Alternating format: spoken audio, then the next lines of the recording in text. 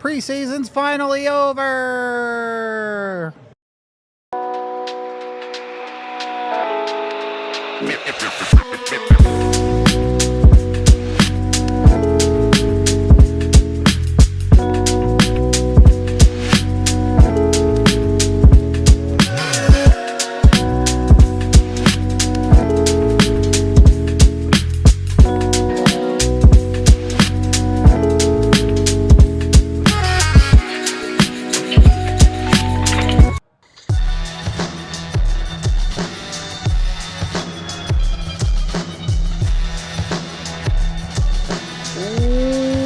Welcome in to the DNVR Avalanche post-game show live from the Toyota Lounge. Technically a loser's lounge, but let's be honest, we're going to talk the full preseason, not just that game.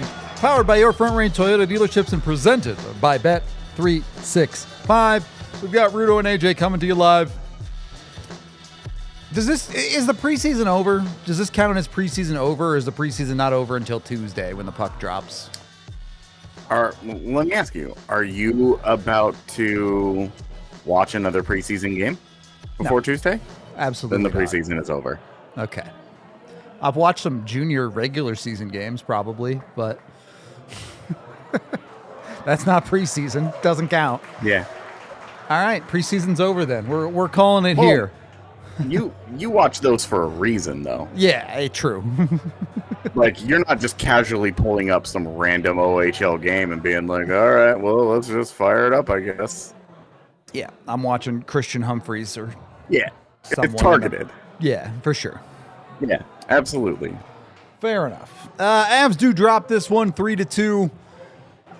We'll talk a little bit about portions of the game. There's a couple of things I want to mention, but the game on the whole was the Avs B squad versus Dallas's A squad. There's not really a ton to take out of this mechanically. It's not your usual last game of the preseason where you see most of an NHL roster on both sides. That was kind of game 5 of the preseason for the Avs this year.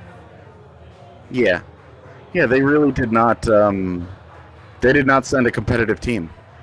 Yep. I'm not entirely sure what the thinking was there. I'm assuming they talked to the vets and they were like, do you guys want to fly to Dallas? And they were like, probably never again, honestly. If we could just avoid that city forever. Yeah. And they were like, Tristan Nielsen, how do you feel about flying to Dallas? And he was like, I love Dallas. Dallas sounds great. Give me every opportunity under the sun. He did score. I'm assuming the bus did a thing. I would assume so as well, but I can't tell.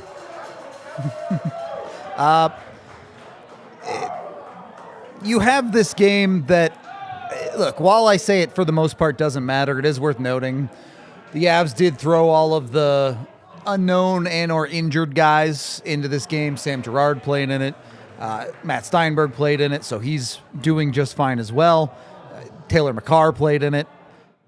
I don't know that I have any big takeaways from those guys necessarily, but it is worth noting down, hey, most of these dudes on the injured list are fine. They played in the game. Except for Sean Behrens, who was fine before and left this game injured. So the Avs just can't escape it when it comes to playing Dallas, I guess. Yeah, and especially with Behrens, like, that's something that you don't love. It's becoming a recurring problem. Not that I have no idea what the injury is, but having missed all of last season, you absolutely hate to see that guy get hurt again. Yeah, honestly, like, it doesn't matter what the injury is for him, you know? You're just like, you don't want that. Like, that's the last thing in the world that you're hoping. We always say in the preseason, you get out healthy, and that's the whole goal. Yep. And for Behrens to get hurt in the last preseason game after everything, it's like, come on. Yeah, it felt like you were that close to getting him into the regular season and going with the Eagles, no doubt, but still. For the parts of the game that are worth talking about, number one, I already see it in chat, which, by the way, shout out Dean for becoming a Hall of Fame Supporters Club member.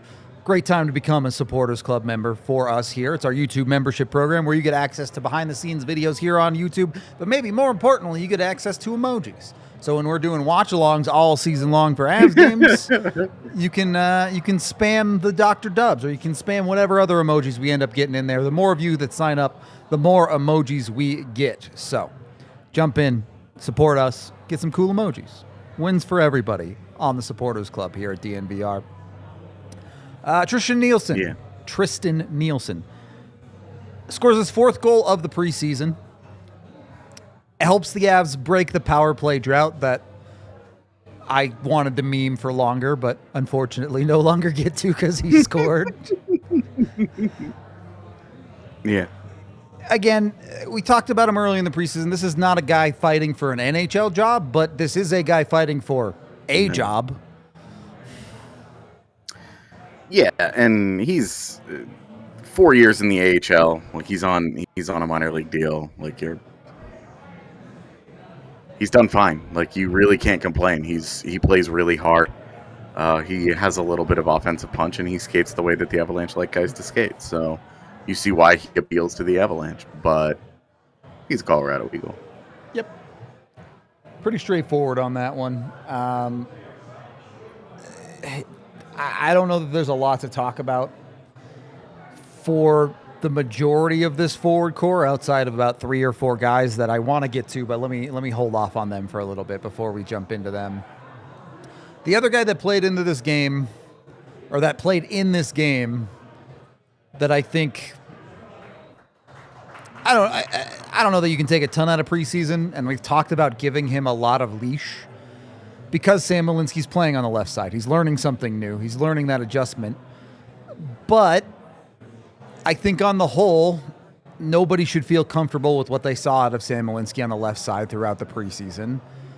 And now you have a guy behind him that the Avs might be more willing to play once his visa stuff gets all worked out. So is there a little bit of a clock on Malinski now that we're at the end of preseason here? Yeah, I mean, now you have to start to produce, right? You have to play. When it was Keaton Middleton, it was less pressure because you knew what he was, and more importantly, you knew what he wasn't. But with Solovyov in tow, shiny new toy syndrome, right? Yeah.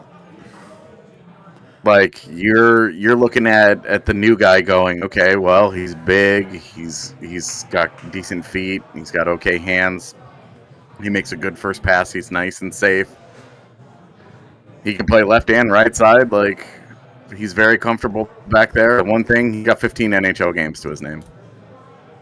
Yep. It's true. It's not a lot. It's not like Malinski has a bunch, though. He's about to hit 100 at the start of the year.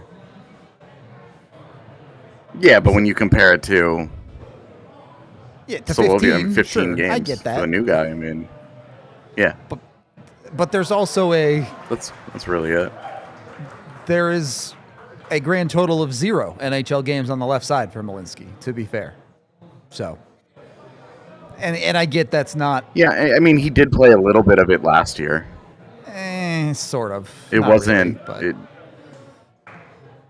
yeah, I mean, it wasn't like he lined up at the beginning of the game and played there all game, right? That's not what it was. He would take shifts there. Yeah. It looked a lot like what it's looked like so far. I think that's fair. And this was not a night where Malinski was getting any help on his D pairing either. This was 4 AHL defensemen and Sam Girard, who was very clearly rusty but did play. Yeah, I mean, Sam Malinski played 31 minutes in this game. Believable. Seems a little unnecessary, but okay. They said, all right, Sam, we're going to give you as many minutes on that left side as we can in this preseason before it ends. The funny part of it is he played 31:03, 27 shifts. Sam Girard played 28 shifts, 22:49. I mean, to be fair, that entire first period, the Avs basically spent it circling their own zone, so he didn't get to change too freely. For the record, your audio sounds fine to me. Yeah, I mean, I have a new microphone that this is the first day that I'm using, so... Yep. I'm just guessing. I really have no idea. Yeah, there's a very real possibility that Malinski's TOI tonight will be his TOI through 2 games combined in the regular season. So. Yeah, I mean, it would take like a 3 or 4 overtime game for him to get that. Yeah. In one game again this year. Maybe more. Like maybe more than that. Yeah. Yeah, well, because they're gonna try and see how much Cale Makar can take before he dies. That'll be 50 minutes of ice time, right? That is the strategy they tend to go with. Yeah. I do think it's worth noting. Again, it's preseason. Don't read too much into it. But you were hoping for Malinski to see a upward trajectory on that left side of, all right, it's going to be a work in progress, but it's moving in the right direction. And I don't know that I've seen enough upward movement to feel good about it going into the season. Yeah. So, is what it is on that front. When you look at... let me ask it to you this way. Who is going to be the final cut, do you think? There's some guys that are obviously slated to go to the Eagles that played today, but who do you think is the final cut? I mean, with the defenseman being claimed, I think we can go ahead and cut all the defenders, right? No more Barons, no more Amat, no more Sean, no more Gagne. Yep. Those guys all got to go. Agree. So I think that's easy. And then you roll with 8 with Malinski, Soloviev, and Middleton as your 6, 7, 8. Okay. And then because of that, one extra forward, yeah. Yeah, you're putting LOC on IR. Yep. And just regular IR, not LTIR, because you don't want to do that unless you have to. You can always do it retroactively if for whatever reason you need it. But for right now, they don't need to. They want to accrue. Okay. So I think you keep him, obviously. Yeah. Bardakov is obviously on the roster, and for my money, I would have Gavin Brindley as the 13th forward. Same. But I will understand if it's Matt Steinberg, as I have said all summer long. Matt Steinberg is the guy that you don't feel pressured to play. He can just sit and be your scratch every night, and then if you want somebody crazy to go in there who's willing to mix it up, he plays on the penalty kill. Like, he doesn't have any puck skill, so he's not going to do anything for you offensively. We'll just see, right? Yep. We'll just see with what Steinberg can do. But with Brindley, you want him in games. So if you're not planning to play him, sending him to the AHL, I think, is the smartest thing to do. But if you do want to, and we've talked about this all preseason, if you want to reward him for playing as well as he has this preseason, giving him the first couple of games, putting him in the lineup and saying, this is your taste of the NHL action, now you got to go back to the AHL and fight your way back, makes sense. Yeah, I think that makes sense running 13, whether it's Olofsson or Kiviranta or whoever is the 13th forward. I don't care, whatever. My question, though, is, it's not really a question, it's more of a statement. If they decide to have Olofsson in the lineup opening night over Brindley, is there a world where they just run 12 forwards? You keep it in a way where you don't have to IR Mackenzie Blackwood then? You can keep him on the regular roster depending on how healthy he is or is not? Yeah, I think that the Blackwood question is, I would probably just put him on IR to start. Okay, just don't mess with it. Yeah, and I only say that because there is a 10-day minimum requirement if you do get put on IR. So, yeah. All right. I won't argue with you on it then. Sorry, I'm looking at their schedule to see how many road games in that first couple of. Yeah. So and this year was also, we know, is the death of the paper transaction. Yeah. You have to make real transaction. Guys actually have to be around for a little while, so you don't want to be going up and down all the time. Yep. So the season opens in LA, then they're home against Utah, Dallas, and then they go to Buffalo, to Columbus before coming back home against Boston. Yep. And for the record, final rosters don't have to be submitted until Monday afternoon. Yeah. So the Avs can take a little bit of extra time with this decision if they want to. Yeah. Part of that new paper transaction rule also, just to explain it out. If you do send a guy down, they need to play at least one AHL game before you call them back up. So is that a major decision? No, but you cannot do the thing where you are sending guys down to save 7 cents on the cap and then calling them back up. That's all it is. Yeah. So they put O'Connor and Blackwood on IR to start the year. They'll have 1.3 million of cap space, so they can add any of these guys that we're talking about. Yep. Brindley at 950, and who else was I looking at? Steinberg. Oh, Matt Steinberg at 775.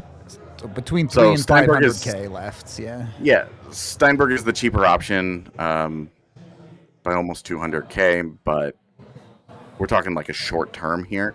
If you were making a decision for the entire season, obviously that accrual will matter over 3 or 4 months, but like a couple of weeks day by here, day, it doesn't matter. Yeah, I think me personally, I would be inclined to give it to Brindley just as this is absolutely everything that you want out of a guy.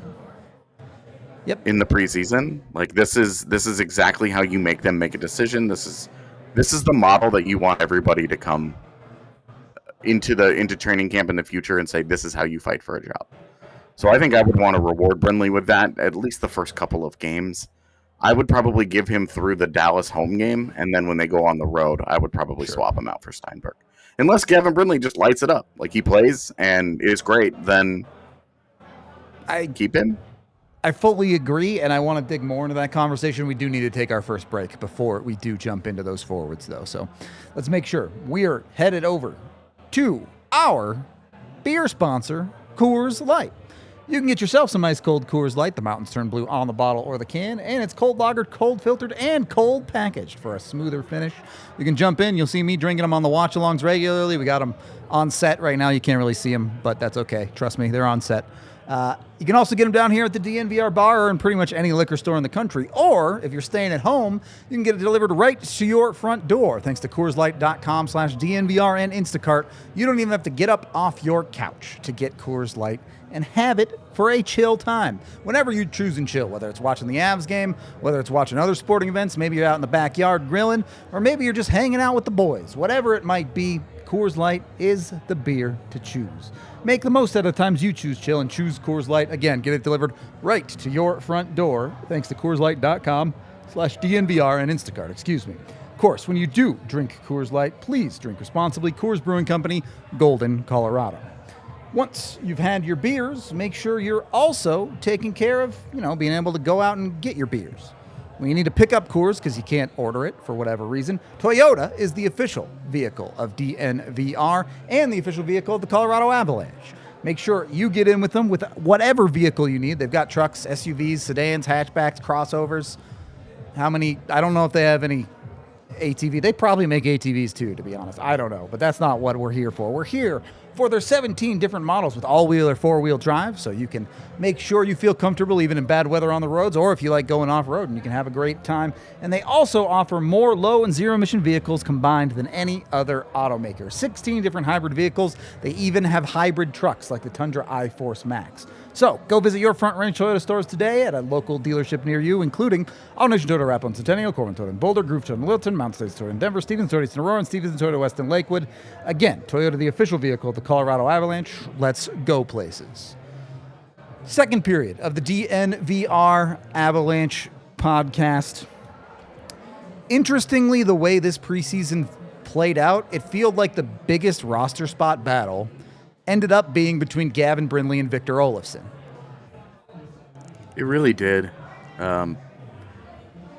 Some of that is Olofsson doing like the veteran, like I'm going to go 60 to 80%, and I'm just trying not to get hurt. This is a long season. Yep. And some of that is Gavin Brindley being like, watch me work, baby. Like, you're going to give me an opportunity. You're going to open up the door for me to make this roster. I'm going to make it. I'm going to make it a hard decision to get rid of me. And coming off of what he had to go through last year, his first pro season, it's really impressive. That mentality, the way that he bounced back, he didn't get beat down by the AHL. I really can't say enough good things about Gavin Brindley. Winning mindset, for sure. At the moment, at the moment, you have to feel real good about that deal. Like we were excited when Brindley was part of the package. Yep. For Charlie Coyle and As Miles like Wood. something 2 really years down that, the line. Right? Right. It was certainly like after such a tough year last year in the AHL. We were tempering expectations. I even wrote in my training camp preview piece that my player to watch was going to be Gavin Brindley. Yep. But it was with the caveat of I don't think he'll make the team, but I think that the way that he works is going to appeal to the coaching staff, and his skill level is always going to be able to find a little bit of a home. And I think we've watched that play out perfectly.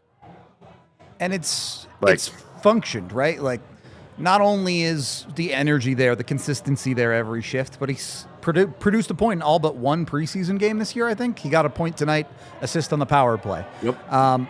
It's all been there for Brindley. And, you know, we'll see when we get into the regular season if he gets games, what it looks like against a full NHL roster, what his role is like on a proper third line. But when you do a direct comparison, and sure, Olofsson is a vet, and he's maybe not going 100%. But when you are, what are we, 17, 18 days into preseason, and every single day of that preseason, Gavin Brindley has outplayed Victor Olofsson. I think you talked about this after Game 5, AJ. At a certain point, you want to see Olofsson bring that level up and protect himself a little bit. And he did score a goal tonight, picked up an assist with Brindley on that power play goal. So there was at least production there tonight from Olofsson. But I think he did. Like, I felt so much better about Olofsson's game tonight than at any other point in the preseason. Sure. And some of that, I think, is going to be relative just because he's one of the only actual NHLers that was on the roster. Not wrong. So you're like, okay, well, he should look better than a lot of these guys, and he did. But I think it's also a really interesting conversation because Brindley and Olofsson go about it so differently. They're completely different players, and what the good and the bad that you're getting out of them is completely different. Yeah, and that contrast is okay. Well, you could, in theory, have say Olofsson on your third line with Drury and Colton, where they're a little more offensively tilted, and then you trust Brindley a little bit more with the defense because he works really hard. And he's got the motor, and he puts in a lot of the work on the defensive end that Olofsson doesn't so much. And you can live with him, but you raise your offensive ceiling versus what you get out of Yoel Kiviranta or Parker Kelly there. Yep. But I mean, I think it makes more sense to pick one. A fourth line with Bardakov, Kelly, and Kiviranta just makes too much sense to open out of this season. I agree. And then you pick between Olofsson and Brindley, and I think Olofsson is still the default choice. But again, in terms of sending the message that what Brindley did in the preseason can easily be rewarded. Yeah, exactly. And it sends a little bit of a message to Olofsson that, hey, our standard here is higher. Our expectation here is higher. If you're under the gun for playing time like this, you need to perform. You need to raise your level, and we didn't see enough of that. And this kid did. Yep. I think that's fair. I think that's a good assessment of the situation. I do wonder. I mean, it's ultimately going to come down to how the Avs see it and how much Brindley can scratch and claw for. But when you look at the Avs lineup, does Olofsson maybe find a little bit of extra juice being used on a power play unit as opposed to Brindley being used on a potential PK unit? But Brindley, one, a lot more unproven. And funnily enough, in a world where the Avs are actually going to use 2 power play units, the Avs need a lot of forwards in the barn that can play on the power play, as opposed to a penalty kill where they have a Kelly, they have a Drury, they have presumably a Bardakov. If you really get into it, guys like Nichushkin and Landeskog can play on the PK as well. You could even throw someone like Lehkonen out there on the forward core. It doesn't feel like they really have a shortage of those PK guys. Yeah, but you can also, if you have Kiviranta in your lineup, you put him on your penalty kill, and you can save some of those minutes, some of that wear and tear on the top 6 guys. It's true. You don't need to do that with them as much. You can just say, hey, we've got 4 guys in our bottom 6 that we really like on our penalty kill. That should be what they're there for. And with Brindley, in a regular season game, I don't think he's getting on to either special team unit. But with Olofsson and Kiviranta, you're putting one on each. Yeah. And so I think it's the most efficient roster use. And the only reason that we have this conversation is because, again, Gavin Brindley outplayed everybody that he was in competition for and made enough waves in the preseason that we're talking about maybe giving him a couple of games ahead of Victor Olofsson because he was just that good. Yep. This is pure credit to Gavin Brindley that we're even having this conversation. If it wasn't for his own individual effort, 100%. There's a very real preseason where we're saying, hey, hopefully he's something, but he's getting cut after game 3 of the preseason or whatever it was. I do want to sidetrack us for a minute here. I want to talk about Bardakov and some other Avs too, but one, we saw some nonsense in this hockey game. Matt Steinberg, I appreciate the crazy, but someone's got to get him a boxing coach or something. Matt Steinberg, hit me up. I know one.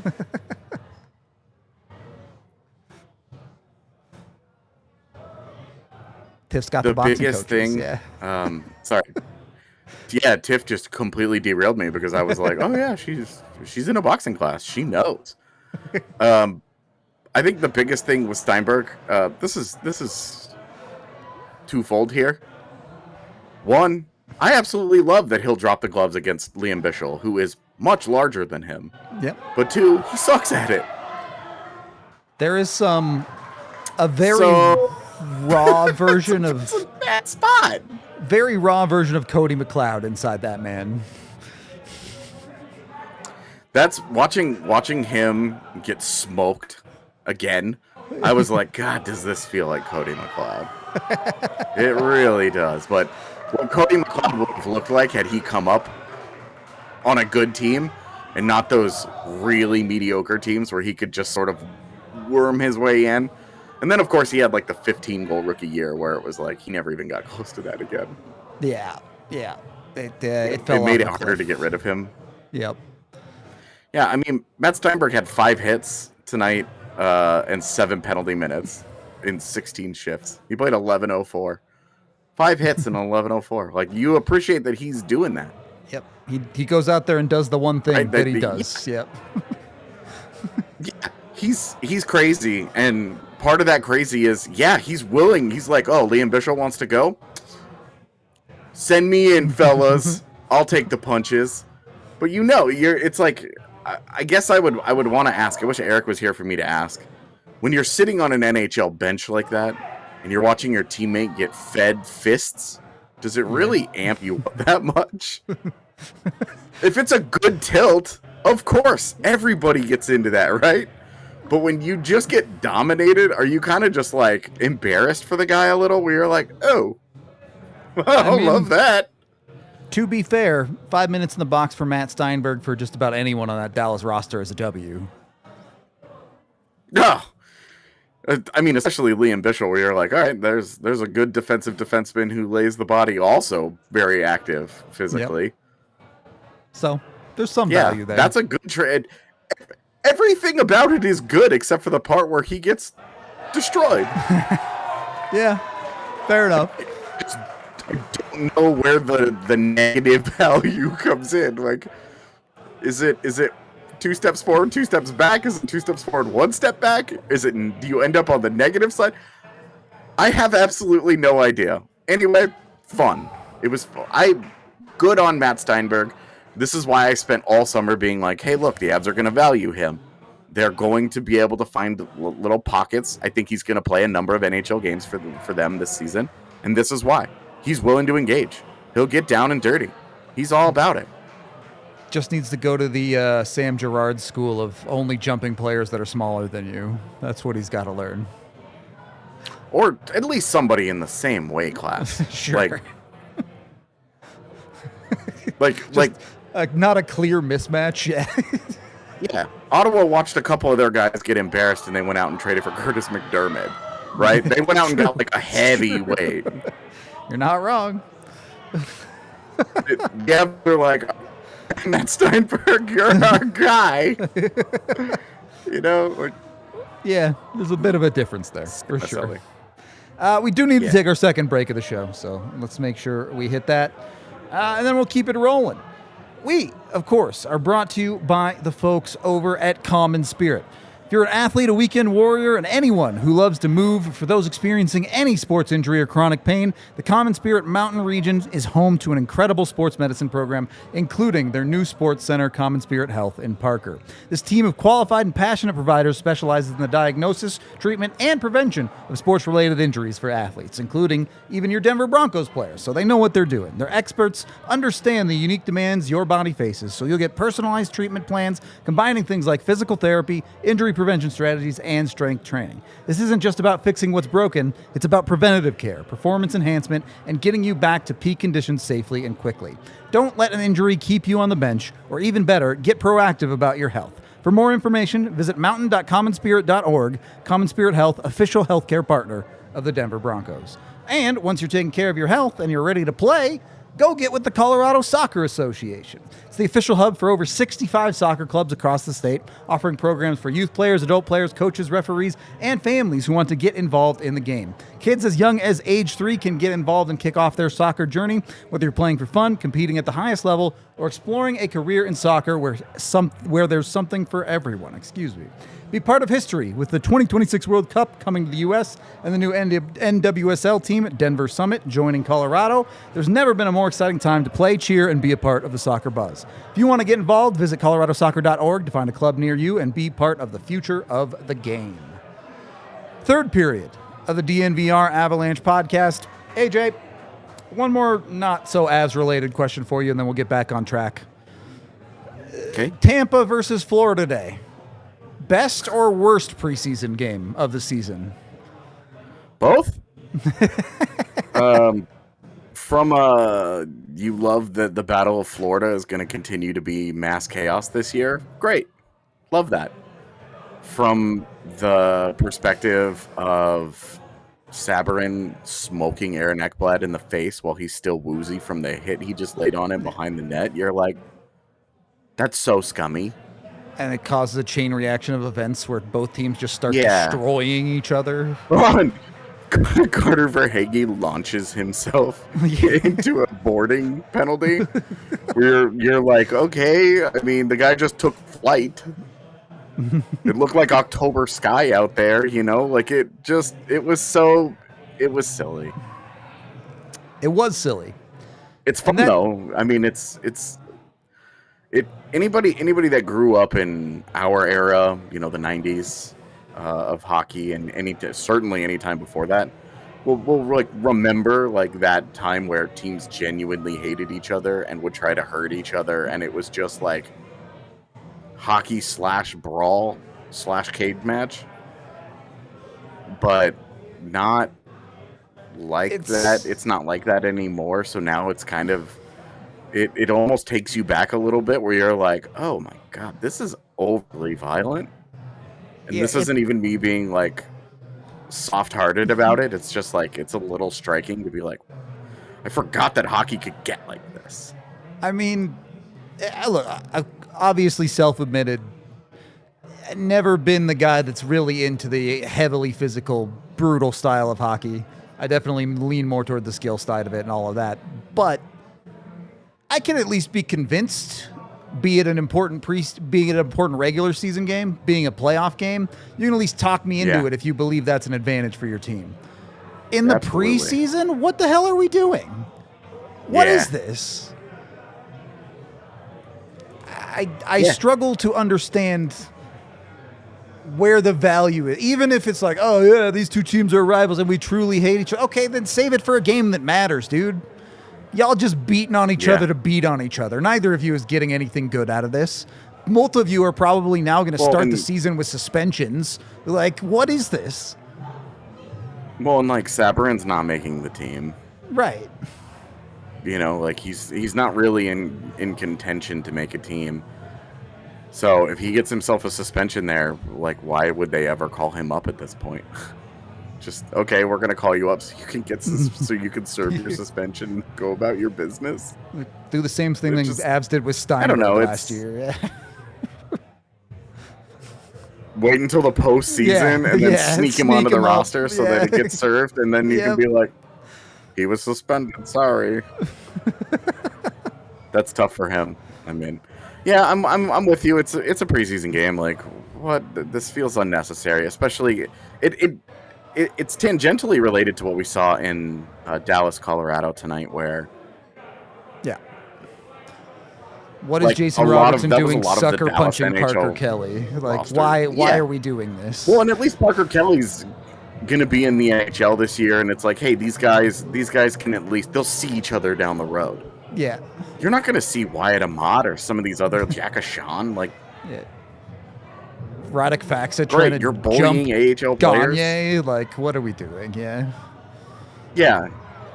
Also kind of funny because I don't know if Radek Faksa understood how big Alex Gagne was until he engaged and was like, oh, big boy. Okay.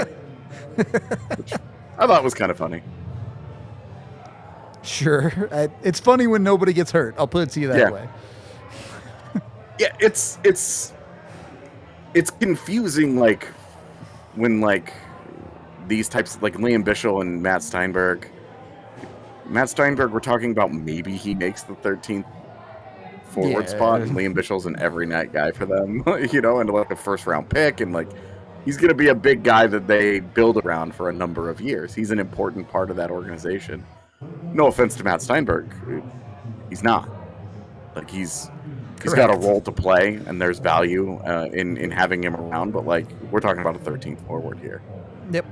Matt Steinberg has nothing to lose. That's and everything to gain by being like, let's tango. Yeah, Yep. What's Liam Bichsel doing? He just only knows one way to be, I guess. But yeah, praise for the consistency. Yeah. Well, and like you throw Steinberg in there, and you at least have a guy that will consistently like get a little crazy. And because he's not so big, this was the thing with Curtis McDermott, right? Yep. We always lamented Curtis McDermott's role on the roster because, well, yeah, guys didn't want to fight him because they were like, I'm going to get hurt. Yeah. He was really big and a good fighter, so it was like, I'm going to get hurt. This is a bad idea for me. Matt Steinberg's a bad fighter and not big. This is the perfect combination for a guy that is going to be... He's going to go chase guys around, and he's going to shake the gloves, and they're going to go, yeah, all right, I'm good with this. Let's dance. If you actually want fights, you'll get fights. I don't know if that actually protects your team at all, but you'll get the fight. Well, and like you want him doing that and not Gabe Landeskog and Nathan McKinnon and Josh Manson. Like that's the value of Steinberg, is that all right, you've got a guy that will go he'll go to the mat for your team. He'll do that. He's fine with that. But he'll take those 5 minutes, and as you mentioned, him trading 5 minutes with almost anybody is going to be a good trade for Colorado. Yep. So, is what it is on that front. Getting back into the Avs. Zakhar Bardakov is clearly in the 4C. We're not having a conversation about, like, oh, who's going to fill the role anymore. But, what are real expectations for a guy like Bardakov this year? Is it reasonable to expect him to lock down a full-time NHL job? Is it reasonable to expect him to pick a number of points, 20, 25 points this season? Get through the first 20 games. Okay. Yeah, get through the first 20 games, because we've seen penalties have been an issue. They were an issue again tonight. I know I say that, and I know somebody always tweets at me when I say that's not a good penalty, where they're like, that's a soft call. And it's like, it doesn't really matter if it's a soft call. Like, he's in the box again. Yep. You know, if that was his fourth and fifth penalties of the preseason. Yeah. Is every single call against him soft? No. Like, he's already building up a reputation as a guy that they're not going to give any leeway to, because most of the penalties that he's taking are dumb. And like, I also don't think it's that soft of a call. He extends the arms, puts the stick right on the small of a guy's back as he goes into the boards. Like, you put the stick into a guy's back as you go into the boards. It's a penalty every time, man. Every NHL ref in the league, even if you barely touched them, the optics of it, they're going to call it every time. And it's not a vicious hit. He didn't do it. There's not a lot of force there, but he causes the guy to go down. And the optics of it, it's going to be an optics call more often than not. Yep. It just is. Like, I hate it. I also agree that it's a soft call, but like when you're going bang, bang, you're out there on the ice at full speed. You're looking at it going, oh, I saw the arms extended and I saw it in his back and I saw him go down in a heap. That's an easy penalty call for the ref. There's not a lot of nuance there. Done it a couple times this preseason. That's one. You have to get into the film room and say, you just can't do it. You just cannot do that. Well, and penalties, we've talked about this all preseason. Penalties were an issue for Bardakov in the KHL. Yep. He had a tendency for that, and because there have been so many good things about his game, like they're going to be willing to live with some of those. We saw him make 2 really nice plays with the puck in this game. We've seen consistent skill from him, not just a one-off, right? Not like one burst and then, some physicality, right? He's done a little bit of everything. There is not as much as I would say like a Brindley, but there's some offensive flash there, enough to be functional. Yeah. And I say, to answer your question, if he sticks for the whole season, I want to see a 20-point year. Okay. Like I'm good with that. That would be, to me, I think that's a smash home run. You got a legit 4C. He's got to be able to handle the defensive end. Yeah. He's got to be solid defensively. Agree with that. Not asking him for him to be great, but he's got to be solid. And if he drives a little bit of offense and he brings a little bit of skill and he raises that offensive ceiling on your bottom line, you love that. Yep. His skating, his physicality, it's going to fit in really, really well. It has fit in really well. Yep. It's not hard to see that. But the discipline has to be there. The face-offs are going to be a work in progress. You just hope that month over month it gets a little bit better, because it's going to be bad to start. You just got to accept he's going to be like everybody new in the NHL. Guy. Yeah, that's just very, very few guys are good at it early on. Just let him lose a lot of face-offs. Don't be scared to put him out there. Don't get the heebie-jeebies and be like, oh, let's put Parker Kelly out there. Parker Kelly's going to lose it too. He'll tell you that to a man. I'm going to lose that face-off. Let Bardakov grow. Yeah, I do think it's important to define the discipline too. When we talk about that, we're not asking a guy to take 0 penalties, but you also can't take a penalty every night. Right. You have to find that line. Part of the Keaton Middleton problem last year is that all of the good that he was doing, and you feel like, hey, I can make an argument for these things, but he's taken a penalty in half the games that he's played. Yep. That's a really hard sell. You got to tone it down. If you're taking a penalty once every 4th game, all right, fine, whatever, who cares? But if you're costing your team across an 82-game season, a penalty every other game is 82 minutes of penalties. It's going to be really hard for you to even that out with penalties drawn. Nazem Kadri took a ton of penalties, but he drew more than almost anybody in the NHL. So you were like, you can live with some of this because it balances out. I don't know that it's going to balance out. He has drawn a couple, though. And some of that, I think, is the surprising skating. So he gets on guys a little quicker. He's so big that he gets inside positioning on some guys that are like, oh my God, panic, you know? So I think he will have a chance to draw a couple to try to balance him out, but he's going to have to. And the best way to do that, draw penalties and stop taking them. Perfect. And it makes me think, Jared Bednar said something a few years ago about sticking with this Avalanche group. Again, tangentially related here. But a lot of his philosophy was bloom where you're planted. Yep. And I think that he needs to keep that in mind with Zakhar Bardakov at the 4th line center. Yep. Let him bloom where he's planted. Give him time. Water the plant. Show him the video. Show him the mistakes. Let him adjust. Give him time to grow into the role. If you get to the trade deadline, you have a mad scientist at the helm in Chris McFarland that will do something about it. But give him a shot at it. Yep. You can't block the path. You gotta let him walk down it or not. I do want to get into some more wider recap of the preseason things, but before we do that, go read AJ's season preview piece. It's ridiculously good. Yes. It's gigantic. Please. It covers everything. There are some genuinely amazing quotes in it. If you haven't seen some of the tweets we put out, the Avs really truly believe they are one of, if not the best team in the NHL with the talent that they have. The vibes in that locker room are great. You want to give me a sec? I can talk about this real quick. Yeah, you pull it up. I did interviews with, I don't know, like 8, 9 different guys throughout the preseason, just grabbing some quotes that all go in there, and then I got a bunch of insider quotes. I say insider quotes. They're like scout/executive quotes from around the league on specific players. Some good, some bad. Like, I think they're all interesting. That's why they ended up in the piece. So there's a lot of varying perspectives there. But you get a lot. It's not like I talked to 2 guys and then, oh, hey, I quote them 19 times, right? Like, it's a lot of guys are quoted in there. There's a lot of good quotes in there, a lot of interesting things.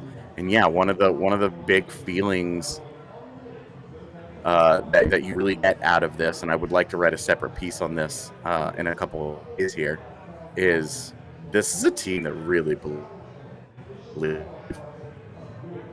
the group going in.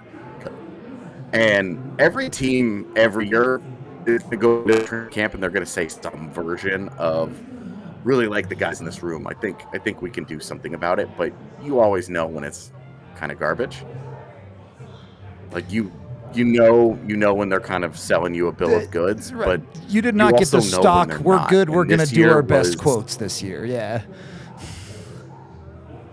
Yeah, absolutely. And I write about Gabe Landeskog's return. The word aura and the words aura and presence come up several times. Yeah. And that is a hard to define intangible, but one that I did my best talking about in the piece. So I would implore people, if you have an interest in it, you should definitely go check it out. I know that we have 2 different diehard sales going on right now for the website. Yep. One of them gets you a free hat. That's the more expensive one. One of them gets you a free shirt. That's the less expensive one. All of them, though, give you access to all of the writing that I've been doing. And I just wrote 7,000 words over the last couple of days that basically spanned the multiple weeks that I was in Denver doing interviews with players and kind of building out that piece and getting a bunch of quotes from around the league. So this is kind of a long-winded sell of it, but I would say please go check that out. It was a lot of work that went into it, but I'm proud of it, and I think it does a good job of previewing the season on the whole. Yep. No better time to become a diehard, so go grab that and go read AJ's piece. It's super awesome. Highly, highly recommend. Coming back around to Avs preseason, and we're not going to get into everyone today. If you want that, it'll be in AJ's piece. We'll have a season preview that goes player by player on the roster, a video out on Monday if you're interested in that. But based on the preseason, the other, I don't call it a question mark if you want, Jack Drury at 3C. How much are we taking away from that based on this preseason? None. Okay. I think that's fair. Yeah, I think that's we need to get him in real games. We need to see it. Like, I liked everything that I saw out of him. I didn't feel like he was overwhelmed. It didn't look like it was too much for him. I felt really encouraged by all of it, but I'm also looking at it and saying the competition levels, the usage, they're just rolling lines. He spent a lot of minutes against guys that aren't going to be in the NHL, so I'm not going to try and talk myself too much into it. It is a lot of I'm staying very grounded on this one. I am not planning the Zakar Bardakov jersey purchase like I am, with the new guy. The Avs needed to release those jerseys still, by the way. Yeah, I'm not spending money on a jersey, dude. It's too expensive. But with Jack Drury, like, I am encouraged by a lot of it, and a lot of that is just because I believe in him as a player and his archetype and what he is. He's so smart. He's such a good playmaker, and he's surrounded at the moment by two really good shooters. And if they put Brindley there instead, it's kind of another playmaker, but a really hard worker and another really smart player. I think they could make some magic. I would say the one thing that gives me a little bit of confidence, it seems like there's some decent chemistry with Ross Colton. And sure, concern for quality of competition, all that, fair enough. It's not the production that I'm necessarily worried about, but we talk about all the time. If you're someone like a Jack Drury moving up in the lineup like that, you don't need to be the best player on your line, but you need to be able to play with the best player on your line. And so far, he's given me reason to believe that he can play with a Ross Colton. Yeah, and it is interesting that we're like, well, Ross Colton's the best player on his line, and that's mostly just because historically he's the most hasn't been right? great also, but... Yeah. You also never, unless your best player is like an elite wing, you don't want your best player on a line to be a wing. Yeah, but there's realities of the bottom six that's not always going to be the case. Yeah. Yep. Absolutely. And Jack Drury, I think I've used this phrase in preseason here, but I think Jack Drury is connective tissue to two really good shooters. Yeah. I think he could blend their styles really nicely, and I do genuinely think that despite that trio's lack of physicality, I think they're going to have a chance to be a pretty effective third line. Yeah, we've talked about this a lot in the preseason, but it's that deployment conversation, right? How do you want to utilize that line to the best of its ability? Because you have a guy who's great in the faceoff dot in Jack Drury, but certainly mindset-wise, Colton and Olofsson are going to be north first type players. So maybe you look to find value with offensive zone faceoffs, or maybe you change things up and use Drury in a more defensive manner if you want to put him with Kiviranta or Kelly or whoever. Bring back the fourth line that has been so good for the Avs in Kelly, LOC, and Kivi. So, that's correct. It's the preseason, which is now over, but that does not mean anything is fully set in stone. We know the Avs are going to spend the first 10, 15, 20 games of the season, I don't want to say figuring it out, but finding what works. Yeah, this year is going to be a lot less survival than it was last year with all the injuries that took place. And having real goalies. They don't have a rash of injuries again. Yes, and not having a bottom five goaltending tandem. Like if they can avoid that start, they can spend a lot more time kind of figuring it out and not just trying to stay above water and stay in the race, stay in contact with the team. It's in the race. And I do think that that's a big difference in their approach to this season is you spend the first 20 games figuring it out. You spend the next 20 games kind of tinkering and drilling down into, okay, this is what we want, this is what we like, this is what's working. And then the things that they're not working, they have to continue to adjust to and tinker a little bit more. Then you spend the next 20 games scouting for the guys that, fill the holes. May around the league that may be able to, okay, we've identified that these are the areas where we're weakest. Can we upgrade? This is what we're going to be after. And then the trade deadline happens, and then you spend the last 20 games drilling down and saying, this is our team. This is what we've got. Yep. That's kind of that breakdown. So the first 20 games is, I think, going to be a lot of like, you can feel free to try some stuff.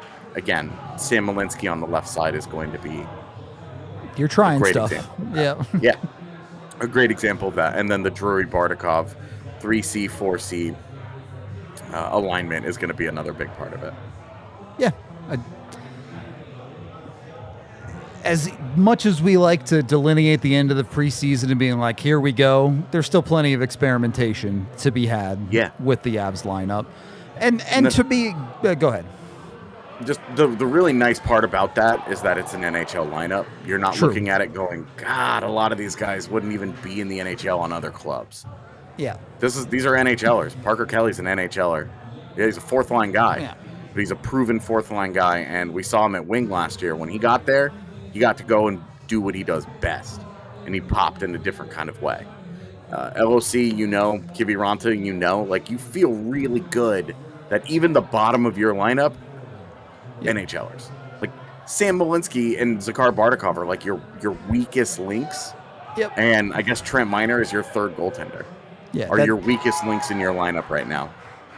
There is, depending on how you feel about Brindley, you have a third goaltender, which maybe wouldn't make a ton of NHL rosters to start the year. And honestly, the way Bardakov has played, I think he'd probably make a good amount of rosters to start the year. Now, it would be the 20-game tests thing, sure, whatever.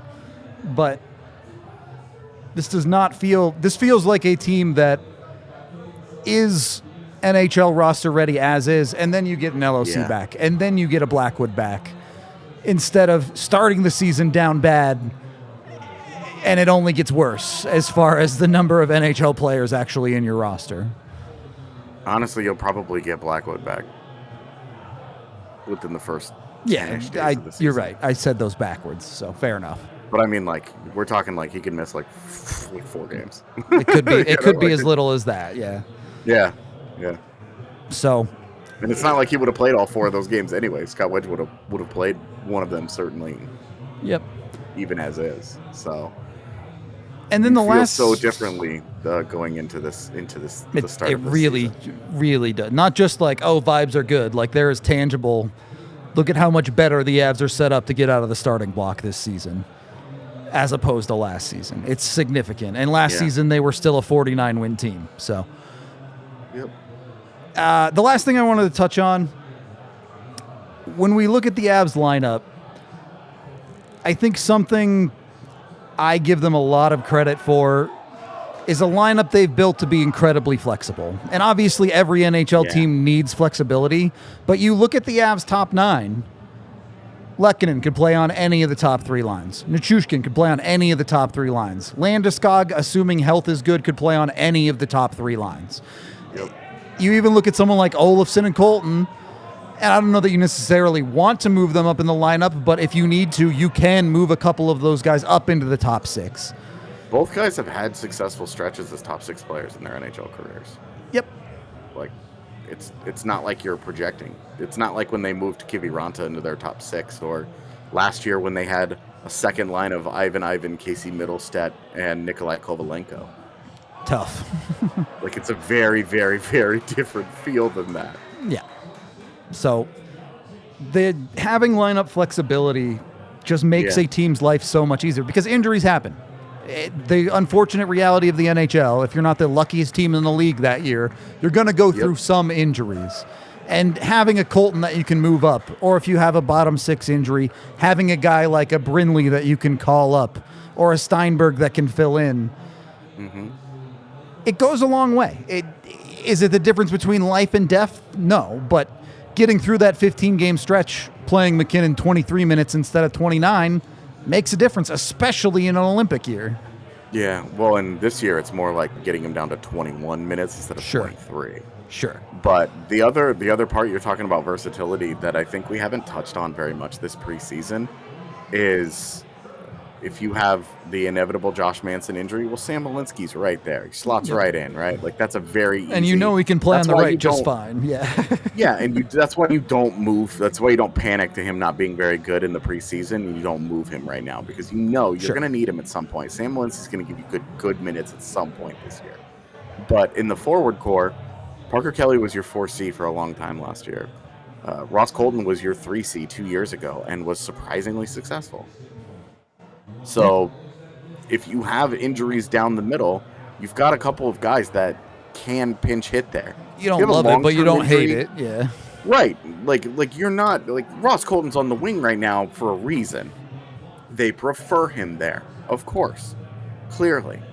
But if he needs to step in, if something happens to a McKinnon or a Nelson and everybody has to slot up one, instead of making Jack Drury your 2C, you could put Ross Colton there.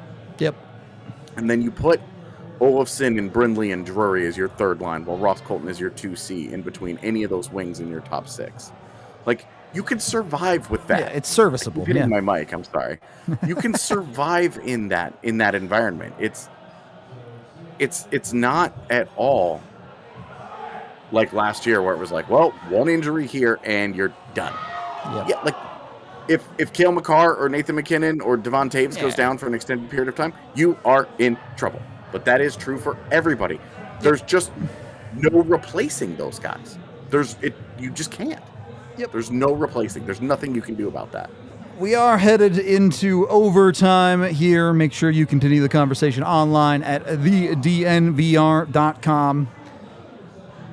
And the Avs have made it through a preseason as healthy as they started it, at least as far as their NHL roster is concerned.